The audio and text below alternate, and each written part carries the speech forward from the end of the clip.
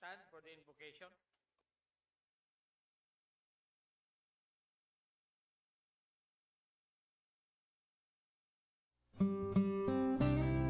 Dear Heavenly Father, we thank you for gathering us all today in this important endeavor. We ask that you bestow your guidance and blessing upon each attendee. May we honor one another by keeping an open mind. May we voice our truth and listen with an open heart. Bless everyone present today, that each may be able to share his or her contributions and gifts. Grant good health and safety to loved ones left outside this room, and bestow peace and goodwill to all of us. We ask for your wisdom and grace to use our talents for the betterment of others. May the various activities related to this day be a success through your intervention. With gratitude, we offer this prayer in your name. Amen.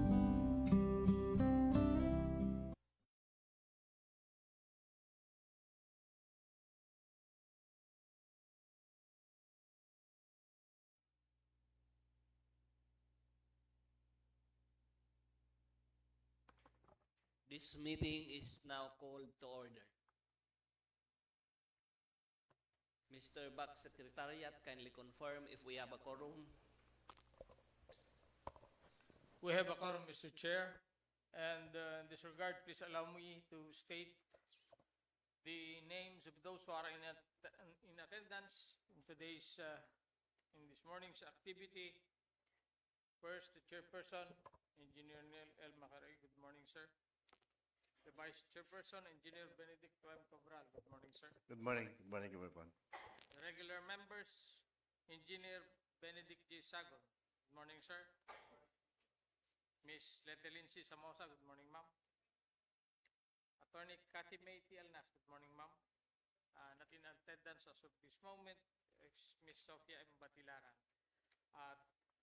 With us also for this morning's activity is the provisional member and end user, Miss Syra Jane Lopez Carrion. Good morning, sir, ma'am. Also in attendance, Mr. Chair, are the members of the Technical Working Group, headed by Miss Alfie Delia Esperlado. Good morning, ma'am. Good morning, sir. Miss Rochelle Andy Palapal. Good morning, ma'am. Engineer Rafi B. Fabros. Good morning, sir. Mr. Paul Clen Erico B. Tampok. Good morning, sir.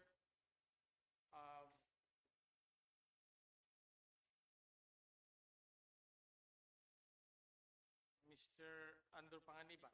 Morning, sir. Miss Adrian Patrick G. Andal and Miss Efrilyn Oborgus. Not in attendance is Miss Jean Pitches L. Galban.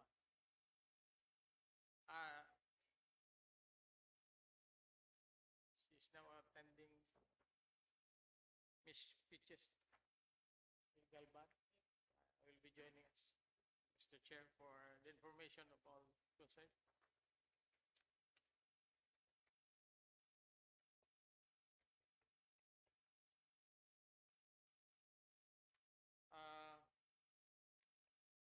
May I ask the body to acknowledge also the presence of the prospective bidders from Triplex Enterprises Incorporated, Mr. Eric F.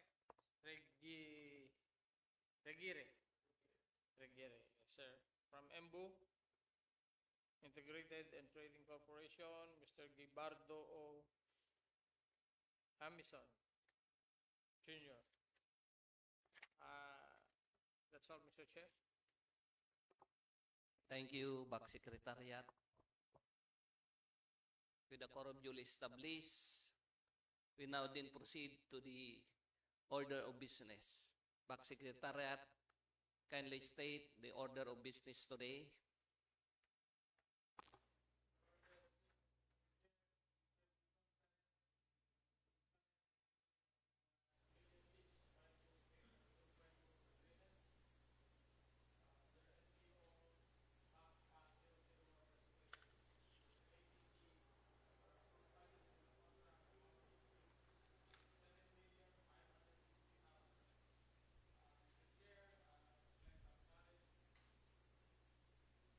The presence also of back member Ms. Sofia Batilaran. Good morning, ma'am.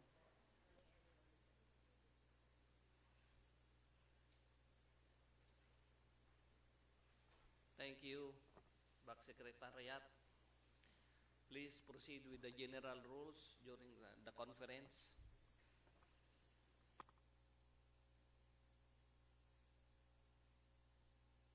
General Rules. During the conference, all participants are expected to follow the general rules to ensure an orderly proceeding. Participants are requested to arrive on time.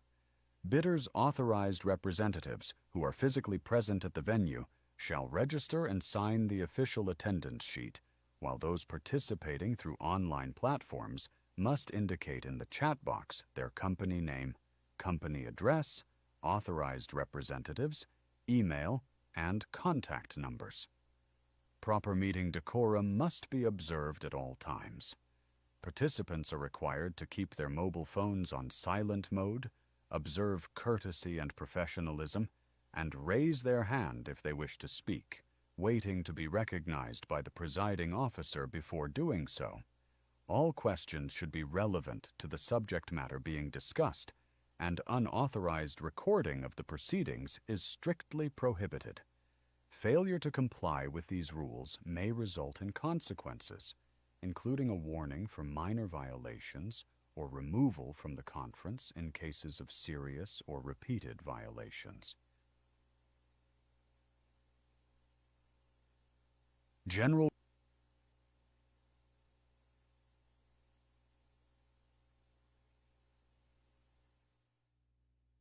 For the information of the body, I would like to inform you that invitation to observers were sent on February for this activity. Were sent on February 26, 2026 to Ms. Clarice E. Palitic, the State Auditor 3, and Audit Team Leader of the Office of the Resident Co-Auditor of the National Printing Office. The President of the National Printing Office Workers Association on the same date, February 26, 2026. To the Manager, Consumer Operations, National Printing Office Multipurpose Cooperative on the same date, February 26. To the Office of the Executive Director of the Philippine Business for Social Progress on the same date, February 26, 2026.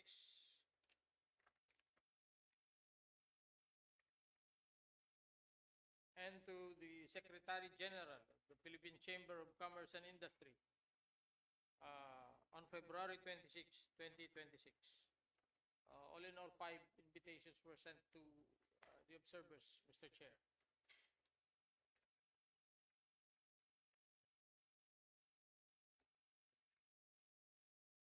Yes, Mr. Chair,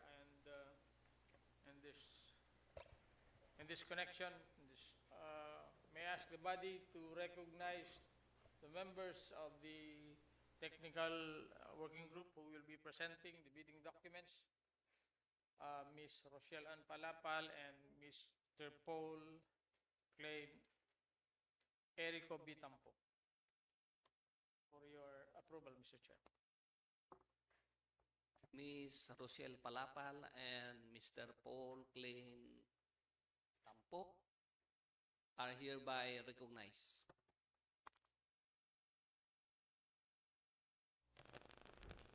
Thank you, Mr. Chair. Good day, everyone. I'm Rochelle Palapal, TWG Assistant Head, the presenter of the bidding documents for the procurement project, supply and delivery of 1 million sheets white book paper through framework agreement under identification number NPO-BAC-FAL-001-26.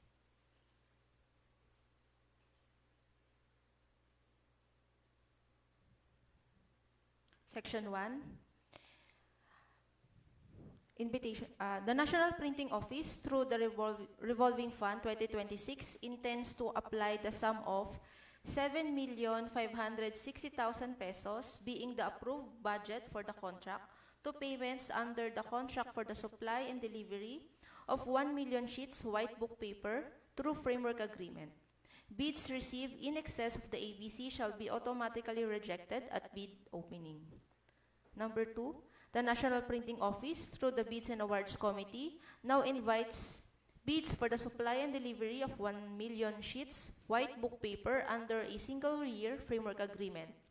Bidders should have completed at least 5 years from the date of submission and receipt of bids, contracts similar to the project. The description of an eligible bidder is contained in the bidding documents, particularly in Section 2, Instruction to Bidders. The award shall be given to the bidder with the lowest calculated and responsive bid, following the procedures under Section 61 and 63 of the same IRR. Delivery of the goods is required within the delivery period stated in Section 6. Schedule of requirements of the bidding documents. Description: supply and delivery of 1 million sheets white book paper through framework agreement. With the specs of white book paper 70 GSM, 28 inch by 34 inch, or 711 millimeter by 863 millimeter, 500 sheets per ream, with an approved budget for the contract of 7,560,000 pesos. Number delivery site, the National Printing Office, EDSA Corner, Nia North Road, Diliman, Quezon City. Number 3, the preliminary examination of bids shall be conducted through competitive bidding procedures using a non-discretionary pass or fail criterion as specified in the IRR of RA number 12009. Bidding is restricted to Filipino citizens or sole proprietorships, partnerships, or organizations with at least 60% interest or outstanding capital stock belonging to citizens of the Philippines, and to the citizens or organizations of a country, the law or regulations of which grant similar rights or privileges to Filipino citizens pursuant to RA number 5183. Number 4, interested bidders may obtain further information from the NPO-BAC Secretariat at contact numbers 8925-2182 or 0917-8155-170 and inspect the bidding documents at the address given below from Mondays to Fridays except holidays from 8 a.m. to 5 p.m. A complete set of bidding documents may be acquired by the interested bidders from the NPO-BAC Secretariat from the date of posting to March 23, 2026 at 9:30 a.m. and upon payment of the applicable fee for the bidding documents, pursuant to the latest guidelines issued by the GPPB in the amount of 10,000 pesos. Bidding documents may also be downloaded free of charge from the websites of the Philippine Government Electronic Procurement System or PhilGEBS and or the website of the NPO, provided that bidders shall pay the applicable fee for the bidding documents not later than the submission of their bids. Number 6, the NPO will hold a pre-bid conference on March 11, 2026 at 9:30 a.m. at the John Silvanus Leach Training Room, 3rd floor of the National Printing Office building. Bids must be duly received by the Bids and Awards Committee Secretariat through manual submission at the National Printing Office, EDSA Corner, Nia North Road, Diliman, Quezon City, on or before 9:30 a.m. of March 23, 2026. Late bids shall not be accepted. Number 8, all bids must be accompanied by a bid security in any of the acceptable forms in the amount stated in ITB Clause 16.1. Number 9, bid opening shall be on March 23, 2026, immediately after the deadline of submission of bids at John Silvanus Leach Training Room, 3rd floor. Bids will be open in the presence of the bidders' representatives who choose to attend the activity. Only 2 representatives per bidder will be allowed to enter the venue. Number 10, summary of the bidding activities is as follows. Advertisement or posting of invitation to bid, February 25, 2026. Issuance and availability of bid documents, February 26, 2026. Pre-bid conference, March 11, 2026 at 9:30 a.m. Last day of submission of written clarification, March 13, 2026. Last day of issuance of bid bulletin, March 16, 2026.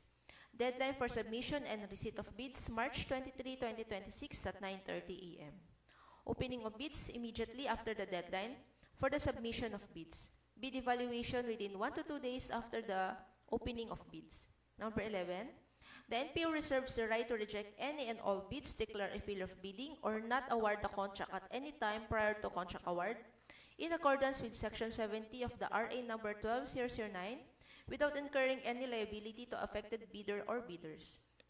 For further information, please refer to Mr. Leo C. Pablo, BAC Secretariat Head, Bids and Awards Committee, National Printing Office, EDSA Corner, Nia North Road, Diliman, Quezon City, with contact number 8925-2182 or 0917-8155-170 with an email of bacsecretariat@npo.gov.ph.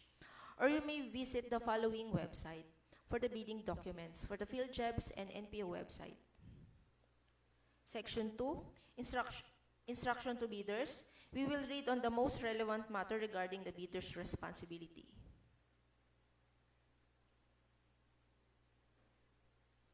Bidder's responsibility. The bidder or its duly authorized representative shall submit an omnibus sworn statement in the form prescribed in Section 8, Philippine Bidding Document Related Forms, as required in ITB Clause 12.18. Before submitting their bids, the bidder is deemed to be knowledgeable with all the existing laws, decrees, ordinances, acts, or regulations of the Philippines which may affect this project in any way. The bidder undertook the following responsibility. First, took steps to carefully examine and ensure full understanding and comprehension of the bidding documents, its requirements, clauses, and provisions. Next, acknowledge all conditions, local or otherwise affecting the implementation of the contract. Next, made an estimate of the facilities available and needed for the contract to be bid, if any. Next, complied with the responsibility to inquire or secure the supplemental bid bulletins as provided under ITB Clause 10.4. Next, ensure that it is not blacklisted or barred from bidding from the government of the Philippines or any of its agencies, offices, corporations, or LGUs, including foreign government or foreign or international financing institutions whose blacklisting rules have been recognized by the GPPB, by itself or by reason of its relation, membership, association, affiliation, or controlling interest with another blacklisted person or entity. F. Ensure that each of the documents submitted in satisfaction with the bidding requirements is an authentic copy of the original, complete, and that all statements and information provided therein are true and correct. G. Authorize the HOPE or its duly authorized representatives to verify all documents submitted. H. Ensure that the signatory is the duly authorized representative of the bidder and granted full power and authority to do, execute, and perform any and all acts necessary to participate, submit the bid, to sign, and execute the ensuing contract accompanied by the duly notarized special power of attorney, board or partnership resolution, or secretary certificate, whichever is applicable. I complied with the disclosure provision under Section 81 and 82 of RA 12009 and its IRR in relation to other provision of RA 3019.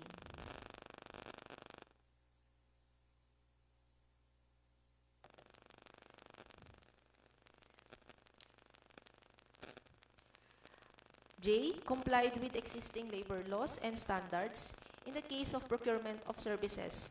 Moreover, the bidder undertakes to: first, ensure the entitlement of workers to wages, hours of work, safety and health, and other prevailing conditions of work as established by the national laws, rules and regulations, or collective bargaining agreement, or arbitration award if and when applicable. In case there is finding by the procurement entity or the Department of Labor and Employment of underpayment of or non-payment of workers' wages and wage-related benefits, the bidder agrees that the performance security or portion of the contract shall be withheld in favor of the complaining workers pursuant to appropriate provision of RA 12009 without prejudice to the institution of appropriate actions under the Labor Code, as amended, and other social legislation. Next, comply with occupational safety and health standards and correct deficiencies, if any. In case of imminent danger, injury, or death of the worker, the bidder undertakes to suspend contract implementation pending clearance to resume from the Dole Regional Office in compliance with the work stoppage order, and inform the worker of their conditions of work, labor clauses under the contract specifying wages, hours of work, and other benefits under prevailing national laws, rules and regulations, or CBA, or arbitration award if and when applicable through posting to conspicuous places in the establishment premises. Next, ensure that it did not give or pay directly or indirectly any commission, amount, fee, or any form of consideration, pecuniary or otherwise, to any person or official, personnel, or representative of the government in relation to any procurement project or activity. Next, examine all instruction, forms, terms, and specification in the bidding documents. Next, determine and comply with all matters pertaining to the contract to be bid, including but not limited to the location and the nature of this project, climatic conditions, transportation facilities, and other factors that may affect the cost, duration, and execution or implementation of this project. And ensure that all information in the bidding documents, including bid or supplemental bid bulletins issued, are correct and consistent.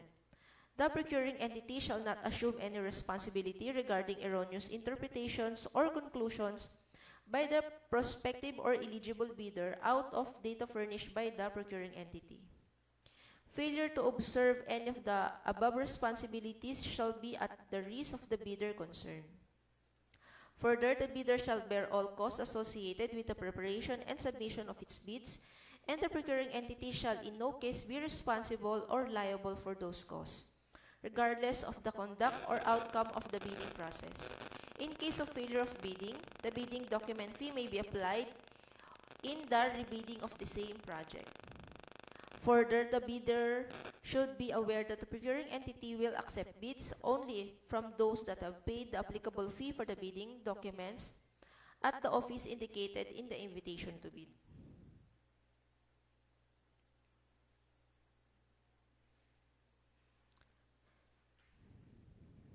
Section 3, bid data sheet. ITB Clause 1.1, the procuring entity, the National Printing Office, and the project title, supply and delivery of 1 million sheets white book paper through framework agreement under identification number NPO-BAC-FAL-001-26. ITB Clause 1.2, the number of lots, 1. ITB Clause 2, the funding source is the GOP through the source of funding as indicated below for 2026 in the amount of 7,560,000 pesos. The source of funding is through the revolving fund. ITB Clause 5.2, foreign bidders except those falling under ITB Clause 5.2b may not participate in this project.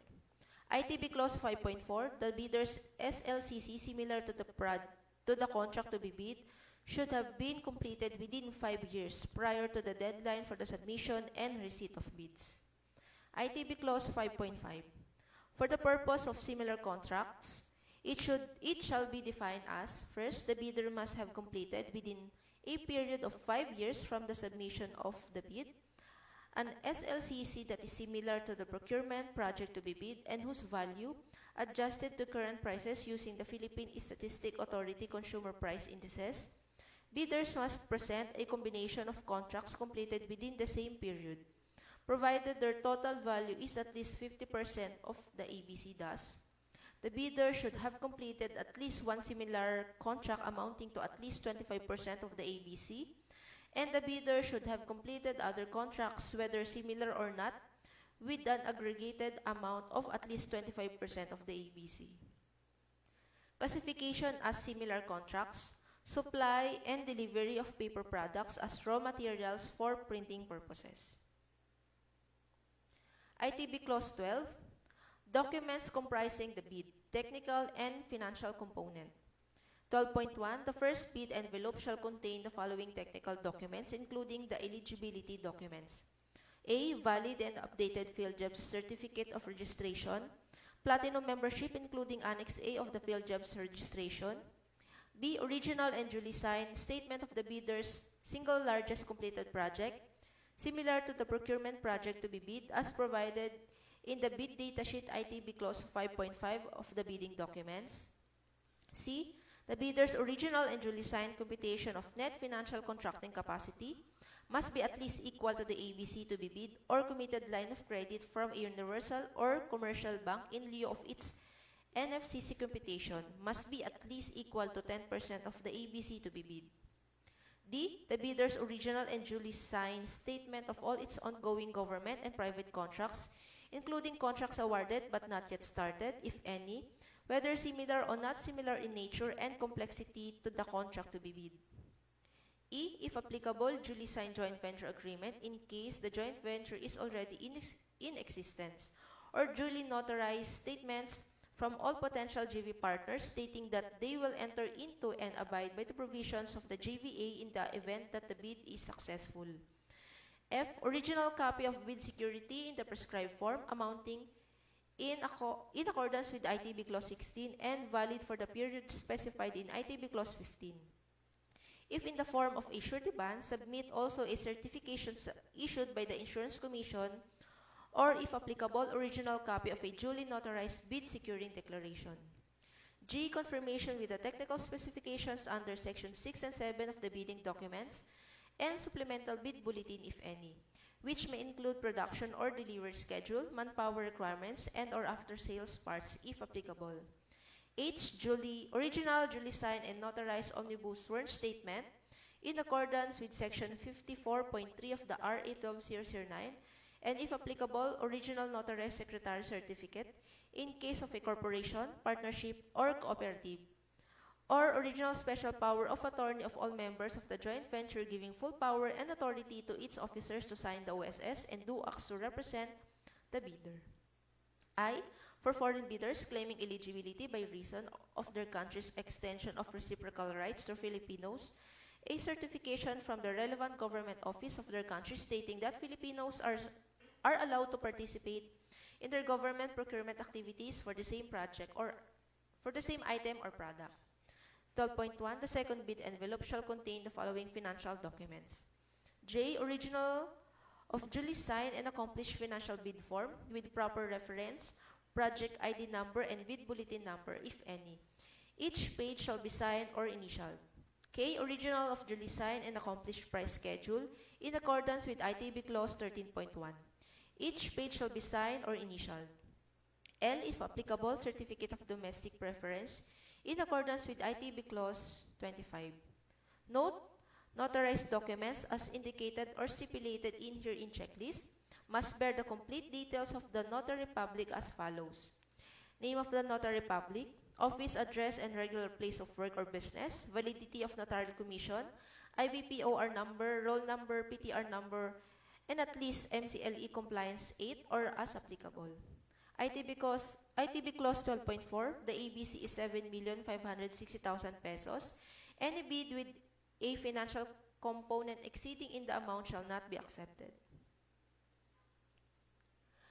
ITB Clause 15.1, bids will be valid for 120 calendar days from the bid opening. ITB Clause 16.1, the bid security shall be in the form of a bid securing declaration or any of the following. First, the amount of not less than 2% of the ABC or 151,200 pesos if bid security is in cash, cashier's or manager's check. Second, the amount of not less than 5% of the ABC or 378,000 pesos if bid security is in the bank draft, guarantee, or irrevocable LOC or surety bond. Bid securities other than a bid securing declaration shall be turned over to NPO cashier section for custody. The bid securing declaration shall be in the custody of the bank secretariat. Bid security shall not contain any deletion, crossing out, expunction, or any form of correction. Otherwise, NPO may reject such security if any such intercalation, superimposition, or alteration affects any material information or feature of the document. ITB Clause 16.2, the bid security shall be valid for 120 calendar days from bid opening. ITB Clause 18, for the submission of bid proposal, first, each bidder shall submit only one copy of the first and second component of its bid. Second, bidder shall enclose their technical document described in ITB Clause 12 in one sealed envelope marked technical component and the financial component in another sealed envelope marked financial component. Both envelopes shall be enclosed in one single outer or mother envelope marked bid, properly labeled, sealed, and signed by the bidder or its authorized representative. The markings on all envelopes shall contain the name of the contract to be bid in capital letters, bear the name and address of the bidder in capital letters, be addressed to the procuring entity's BAC in accordance with ITB Clause 1.1, bear the specific identification of this bidding process indicated in the ITB Clause 1.1, and bear a warning do not open before the date and time for the opening of bids in accordance with ITB Clause 19. To facilitate the receipt and classification of bid envelopes, outer or mother envelope shall be in color red, the inner envelope containing technical proposal should be in blue, the inner envelope containing financial proposal shall be in green, and the post-qualification document shall be in brown. Bid envelopes that are not properly sealed and marked as required in the bidding document shall be accepted, provided that the bidder or its duly authorized representative shall acknowledge such condition of the bid as submitted. The BAC shall assume no responsibility for misplaced or loss of contents of the improperly sealed or marked bid, or for its premature opening. On the other hand, unsealed and or unmarked bid envelopes or bids that cannot be opened or corrupted in case of online submission shall be rejected. Note, notarized documents, as indicated or stipulated in here checklist, must bear the complete details of the notary public as follows: name of the notary public, name, office address, and regular place of work or business, validity of notarial commission, IBPOR number, roll number, PTR number, and at least MCLE compliance 8 or as applicable. Any supplemental bid bulletin issued by the BAC shall also be posted in the field jobs in any conspicuous place in the premises of the procuring entity and or the website or social media platforms of the procuring entity, if available, or such other channels as may be authorized by the GPPB. It shall be the responsibility of all bidders, including those who have properly secured the bidding documents, to inquire and secure supplemental bid bulletins that may be issued by the BAC. ITB Clause 19, the address for the submission of the bids is through manual submission at the National Printing Office, EDSA Corner, Nia North Road, Diliman, Quezon City. The deadline for the submission of bids is March 23, 2026 at 9:30 a.m. ITB Clause 22.1, the place of the bid opening is at John Silvanus Leach Training Room, 3rd floor. The date and time of bid opening is immediately after the deadline of the submission of bids. ITB Clause 26.3a, the award criterion shall be determined as the lowest calculated bid. ITB Clause 26.5a, partial bid is not allowed. The goods are grouped in a single lot and the lot shall not be divided into sublots for the purpose of bidding, evaluation, and contract award. ITB Clause 26.5b, arithmetical correction is allowed. ITB Clause 27.1, post-qualification documents may be submitted during the bidding, but this does not disqualify bidders who will not submit post-qualification documents during bid submission within a non-extendable period of 5 calendar days from receipt by the bidder of the notice from the BAC that it submitted the lowest calculated bid or single calculated bid. Said bidder shall submit the following post-qualification documents. First, when applicable, copies of contract, purchase order, notice to proceed, notice of award, letter of extension duly signed by the same individual whose name and signature appear on the original contract, or his or her authorized representative, but with a corresponding letter of authority designating the sanction or endorsing signatory of projects stated in the statement of all ongoing projects, including those awarded but not yet started. Second, valid SEC registration or DTI registration. Third, bylaws as applicable. Fourth, articles of incorporation or amended articles of incorporation as applicable. Fifth, updated general information sheet duly stamped received by the SEC or any proof of receipt of submission made thereto as applicable. 6, valid mayor's permit. 7, updated or renewed tax clearance. 8, latest income and business tax returns filed manually or with EFPS. 9, updated or latest audited financial statement with proof of receipt by the BIR or its duly accredited and authorized institution. Note, photocopied documents submitted shall be initialed or signed by the authorized representative. During the inspection of the post-qualification team, the winning bidder shall present the original copy of these documents for comparison. In the event that site inspection cannot be undertaken, it is the responsibility of the winning bidder to present the original post-qualification documents for comparison within the post-qualification period. In compliance of the goods offered with the requirements specified in this bidding document shall be determined anent to Section 63.3 of the IRR of RA 12009. The BAC shall verify and validate the veracity, authenticity, and validity of all the eligibility documents supporting the PhilJob Certificate of Registration, Platinum Membership, and all the other statements made and documents submitted by the bidder with the LCB using non-discretionary criteria, as stated in the bidding documents. This criterion shall consider but not be limited to the following. First, legal requirements to verify, validate, and ascertain licenses, certificates, permits, and agreements submitted by the bidder, and the fact that it is not included in any blacklist as provided in Section 54 of this IRR. For this purpose, the JPPB shall maintain a portal which contains the consolidated file of all blacklisted suppliers, contractors, and consultants. B, technical requirements to verify and validate the bidder's statement compliance with the requirements as specified in the bidding documents. C, financial requirements to verify and validate the bid price proposal of the bidder and, whenever applicable, the required committed line of credit in the amount specified and over the period stipulated in the bidding documents or the bidder's NFCC to ensure that the bidder can sustain the operating cash flow of the transaction. ITB Clause 31.3, the performance security shall be in the form of a performance securing declaration as an option if under a framework agreement arrangement or any of the following. First, the amount of not less than 5% of the total contract price if performance security is in guarantee. The amount of not less than 5% if performance security is irrevocable LOC, or the amount of not less than 30% of the contract price if performance security is in surety bond. Section 4, General Condition of the Contract. This is a template. Any changes will be seen on Section 5.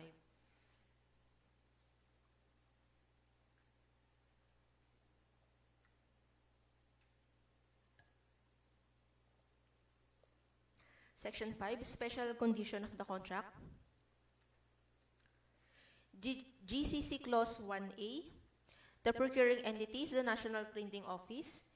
GCC Clause 1C, the funding source is the GOP through the source of funding as indicated below for 2026 in the amount of 7,560,000 pesos. The source of funding is through the revolving fund. GCC Clause 1D, the project site is the National Printing Office, EDSA Corner, Nia North Road, Diliman, Quezon City.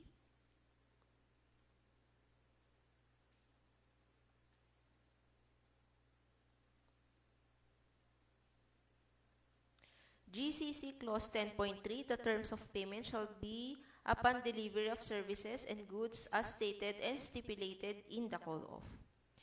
GCC Clause 16.1, the inspections and tests that will be conducted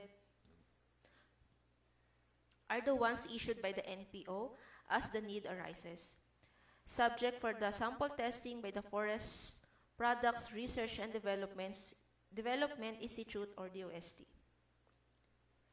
GCC Clause 7.3, warranty.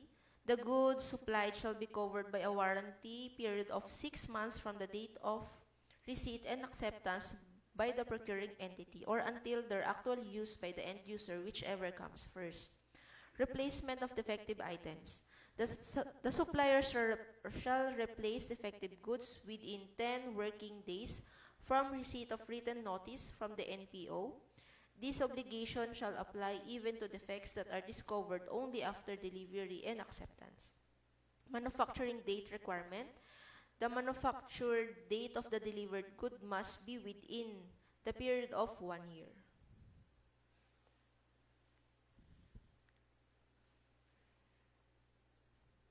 Section 6, Schedule of Requirements. Under a framework agreement list, the delivery schedule expressed in weeks or months indicates the required delivery date, which shall be understood as the date of the goods are to be delivered to the project site. Item or goods description. Supply delivery of 1 million sheets white book paper through framework agreement. White book paper 70 GSM 28 inch by 34 inch or 711 millimeter by 863 millimeter, 500 sheets per ream. Quantity 1 million sheets. Unit cost 7.56 per sheet with a total cost of 7,560,000 pesos. And the approved budget for the contract. Framework agreement effectivity 1 year. Delivery terms within 15 calendar days after receipt of call-off. Terms of payment. Payment shall be made after the complete inspection and acceptance by the procuring entity based on the issued call-off. Section 7, Technical Specifications. Bidders must state comply or not comply for each specification and provide the corresponding performance parameters for offered equipment. Each response must be supported by a clear documentary support in the bid and properly cross-reference. Acceptable evidence includes unaltered manufacturer sales brochures, official specification sheets, product samples, independent test results, and similar documents. Claims must be backed by a documentary support. If the evidence contradicts the claim, the bid may be rejected. Any false statement, whether in the compliance form or supporting documents found during evaluation, post-qualification, or contract implementation may be considered fraudulent in accordance with ITB Clause 3.1A2 and without prejudice to the imposition of appropriate administrative, civil, and criminal penalty in accordance with law. Quantity, 1 million sheets. Specification, supply and delivery of 1 million sheets white book paper through framework agreement. Complete specification plus or minus 5% GSM.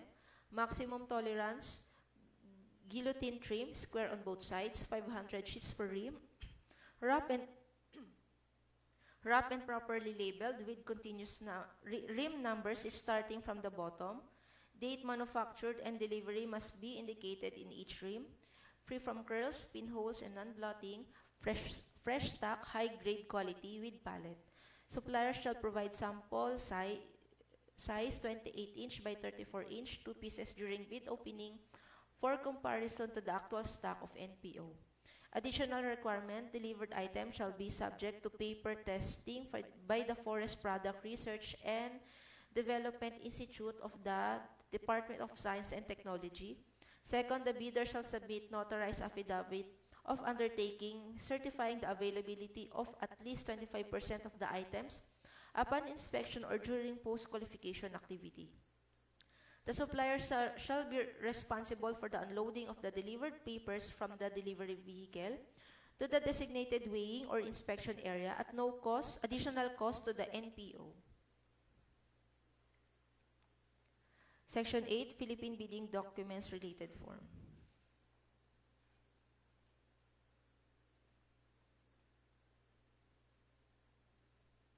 Mr. Chair, that concludes the presentation of the bidding documents. Thank you, Ma'am Rochelle Palapal. To our prospective bidders, do you have any questions, suggestions, comments?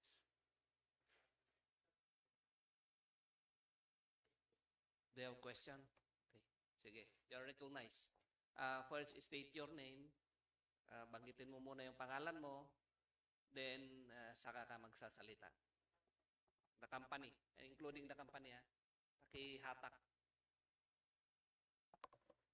Eric Rigiri po, Triplex po. Wait lang, para hindi ka nahirapan. Ganyan lang. Takin mo. Mababa yun. Okay, sige. Eric Rigiri po, Triplex po. Question ko lang po yung regarding po sa bid form, yung bid bulletin numbers po. Ano po bang ilalagay na numbers po?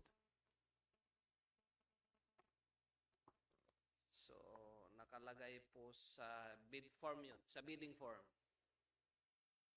Bid bulletin o nakalagay Yung sa insert numbers. paragraph 1. Insert numbers. In case po na magpapalabas po tayo ng bid bulletin, mag-generate po tayo ng corresponding number. Kung mayroon. Pero pag wala, lagay nyo lang dyan none.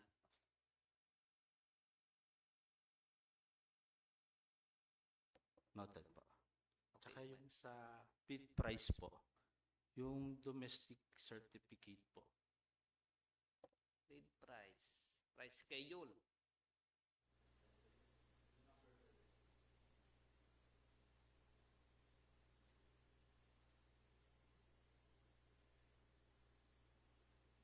Details.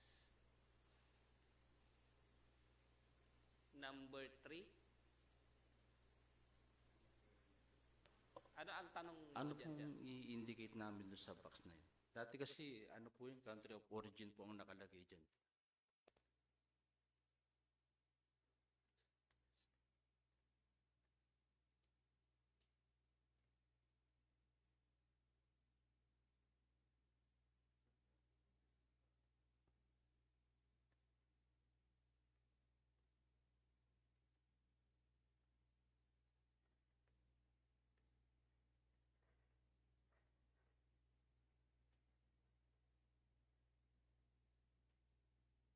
Okay, sige.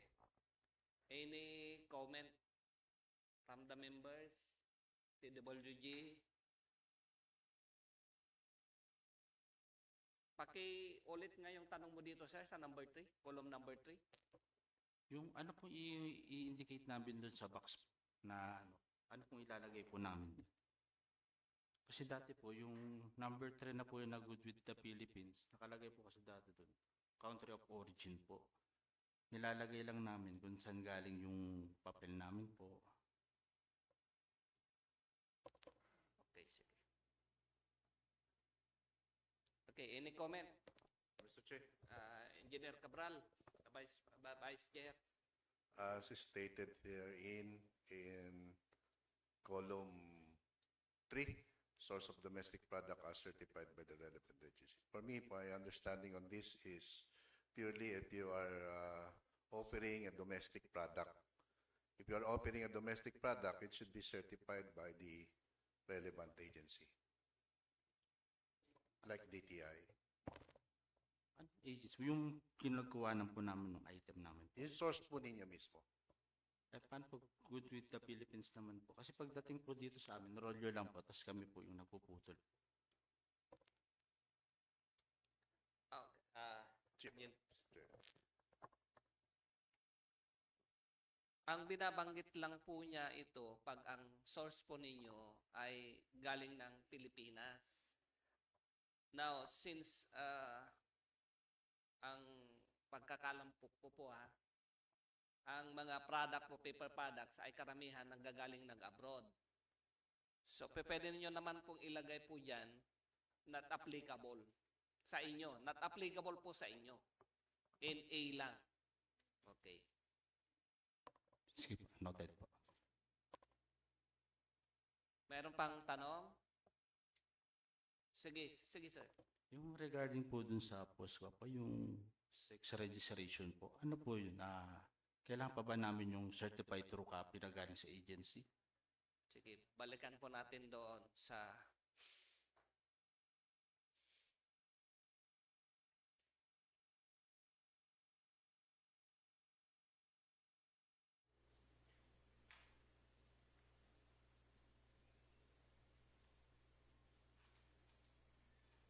okay. Pataas. Sige. So, ang tanong mo ay kung kailangan pang pa-certified true copy from the issuing agency. Tama po ba? May nakalagay po dyan sa baba. Note, tingnan po ninyo. Note, babasahin ko po ha.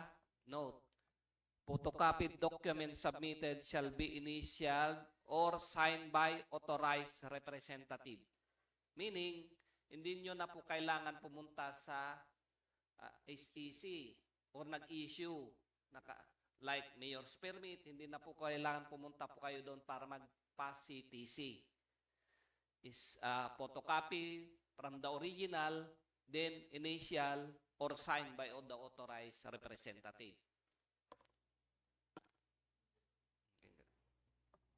Mr. Chair, just want to manifest pertaining to the second question of the prospective bidder with regards to the price schedule for goods. I will ask our TWG to post this price schedule for goods, pricing details for goods offered from abroad. Siguro ito yung possible na applicable dun sa question mo kanina kung galing abroad yung goods ninyo. Ito yung dapat na form na i-fill up po ninyo, na gamitin po ninyo. So, thank you, Engineer Cabral. Just to give you emphasis, dalawa po kasi yung price schedule of goods. From abroad at saka local. So, meaning, ang binabanggit ni Engineer, which is correct, kasi galing abroad po yan, yung from abroad ang gamitin yung form. Okay. Another question?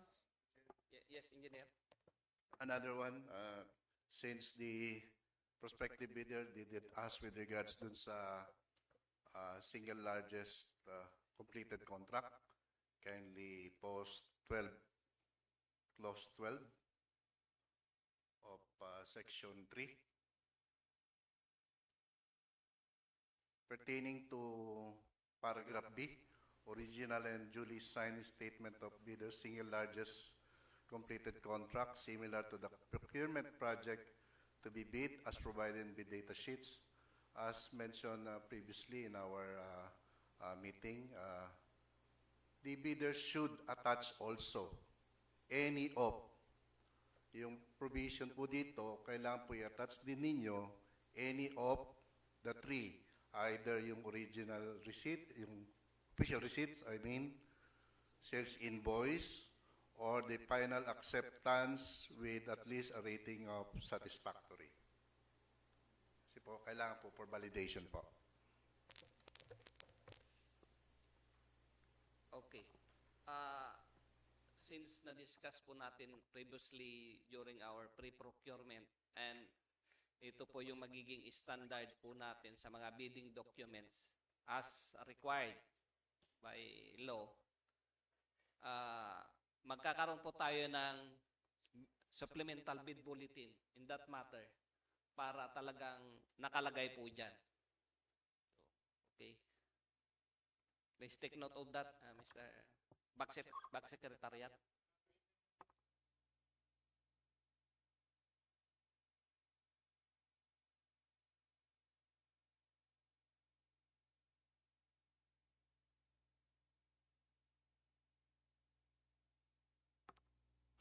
Okay. Another concern, clarification, hearing none. Okay. The NPO Bids and Awards Committee would like to extend our appreciation for the prospective bidders representative for attending this activity. The bidding documents shall be made available to interested bidders until the prescribed period for the submission and opening of bids. To interested bidders are advised to directly coordinate with the back secretariat for proper assistance and any related matters or inquiries. Thank you very much.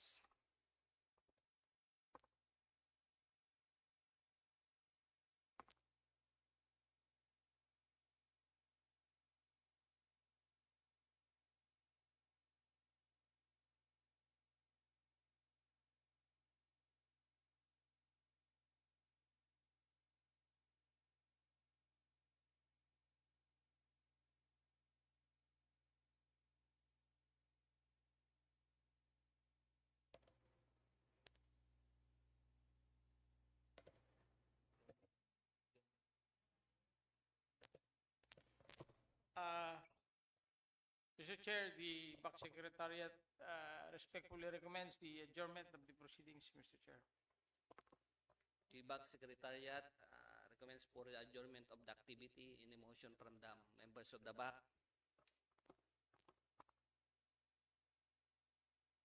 I move to adopt the recommendation made by the BAC Secretariat, Mr. Chair. I second the motion, Mr. Chair. Any objection? Hearing none, the activity is hereby adjourned at exactly 10:30 in the morning. Thank you very much.